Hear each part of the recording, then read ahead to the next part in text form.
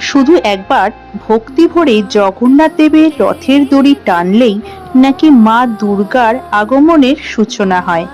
কিন্তু কেন? এর পেছনে লুকিয়ে আছে এক প্রাচীন বিশ্বাস।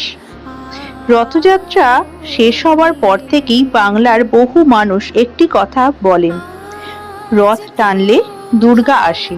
এটি কোনো শাস্ত্রে সরাসরি লেখা নিয়ম নয়, বরং বহু শতাব্দী ধরে চলে আসা এক জনপ্রিয় ধর্মীয় বিশ্বাস।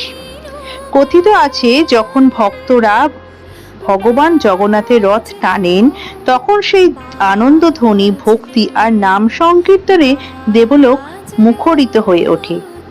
সেই সময় থেকেই কৈলাসে মা দুর্গার মর্তে আগমনের প্রস্তুতি শুরু হয়ে যায়। তাই তো রথযাত্রা শেষ হতেই বাংলার কুমোরপাড়ায় শুরু হয় দেবী দুর্গা প্রতিমা গড়ার কাজ, যেন জগন্নাথ দেব নিজেই পৃথিবীকে জানিয়ে দেন, এবার মা আসছেন। এই কারণেই মানুষ ভালোবেসে বলে, রথ টানলে দুর্গা আসে। এটি শুধু একটি প্রবাদ নয়, ভক্তির সঙ্গে জড়িয়ে থাকা এক আবেগ, যা রথযাত্রা থেকে দুর্গাপুজোর শুভ সূচনাকে এক সুতোয় বেঁধে রাখে।